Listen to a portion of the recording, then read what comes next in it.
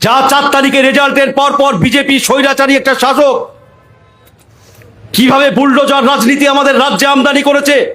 গরিব মানুষের উপর আক্রমণ আরো তীব্র থেকে তীব্রতর করবে বিজেপি, যতই মুখে বলুক না কেন। সে গরিব মানুষ শুধু মুসলমান হবে না, সেই গরিব মানুষ হবে আমার হিন্দু ভাইয়েরাও। সেই হচ্ছে যে আক্রমণের সামনাসামনি হতে হবে আমাদের হিন্দু মুসলিম সব ছোট ব্যবসায়িকদের, ভ্যান চালক, রিক্সা চালক, টোটো চালক, মধ্যবিত্ত, বেকার। কারণ বিজেপি আমাদের রাজ্যে নতুন, ওরা মনে করছে যে নতুন নতুন এসে বড় বড় ডায়লগ দিব আর মানুষকে বোঝাবে, কিন্তু বামপন্থীদেরকে ওটা বোঝাতে পারবে না। ওটা মমতা ব্যানার্জির কালীঘাট তৃণমূলকে, নাহলে বালিশচাটা ঋতব্রতকে শোনাতে পারে, কিন্তু সিপিএম কে বোঝাতে পারবে না। কারণ ত্রিপুরাতে আমরা দেখছি বিজেপিকে, গোটা দেশে 2014 সালের পর থেকে বিজেপিকে দেখছি, তারা যা বলে মুখে করে উল্টো কাজ। আপনি পশ্চিমবাংলায় বলছে গরুর গোছ বন্ধ করতে হবে। বিজেপির কোনো নেতার ক্ষমতা আছে? যদি বিজেপির কোনো নেতৃত্ব আমার কথা শুনেন তাহলে আপনাকে জবাব দিতে হবে।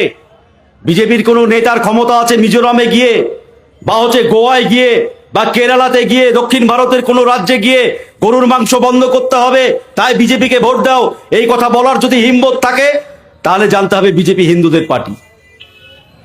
এই নেতারাই, অমিত শাহরা যখন মিজোরামে যাবে, নাগাল্যান্ডে যাবে, পা ধরলেন আপনার হচ্ছে যে এতে যাবে, কেরালা যাবে, গোয়াতে যাবে, এই নেতারা গিয়ে ওখানে বক্তৃতা দিবে যে হচ্ছে যে আপনাদেরকে আরো উন্নত মানের প্যাকেজিং বিপ আমরা হচ্ছে যে প্রস্তুত করে দেবো, তার জন্য আমাদেরকে ভোট দিন। আমি মিলিয়ে নেবেন, এটা কোনো আমার গোপনে বলছি না তো। গোটা ভারতবর্ষে হচ্ছে যে আজকে বিশ্বে গরুর মাংস রপ্তানিতে ভারতবর্ষ এখন 3য় স্থানে। এই যে এত যে দেখতে পাচ্ছেন না, আমাদের দেশের মাননীয় প্রধানমন্ত্রী গিয়ে আমাদের আরবের সেই প্রিন্সকে জড়িয়ে ধরছে না, একদম কত আপন। এখানে মুসলমানরা খারাপ আর আরবের মুসলমানরা ভালো, আসলে তার জন্য যাচ্ছে নাকি? এই যে এক্সপোর্ট কোম্পানি আছে যা এতে ভারতবর্ষে যারা মাংস রপ্তানি করে, তার 1 থেকে 10টা কোম্পানির মধ্যে হচ্ছে যে 5টা সবচাইতে হাইয়েস্ট কোম্পানির মালিকের নাম হচ্ছে, মালিক হচ্ছে যে হিন্দু মালিক। তাদের ব্যবসা যাতে হচ্ছে আরেবিয়ান কান্ট্রিগুলোতে, যারা বাংলাদেশ থেকে মাংস রপ্তানি করে গরুর মাংস, যারা ইন্দোনেশিয়া থেকে বা হচ্ছে যে এই ধরনের দেশ থেকে মাংস রপ্তানি করে, সেগুলো যাতে একটু একটু কমিয়ে আমাদের দেশের গরুর মাংস যাতে ওখানে রপ্তানি হয়, তার জন্য এত পিড়িতে যাচ্ছে। আর অন্যান্য ব্যবসা আছে, কিন্তু এটাও একটা মূল।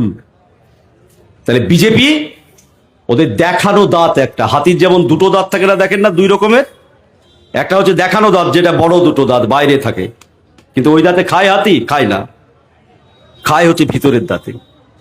বিজেপি রাজনীতির জন্য আপনাকে হিন্দু মুসলমান, গরুর মাংস, অমক মাংস, তমক মাংস এইসব বক্তৃতাতে বলবে, কিন্তু আসল উদ্দেশ্য হচ্ছে যে ওরা বড় লোকদের স্বার্থে নীতি গ্রহণ করে গরিব মানুষের উপরে কিভাবে বোঝা চাপানো যায় সেই নীতি নিয়ে চলবে। আমাদের রাজ্য তার ব্যতিক্রম হবে না।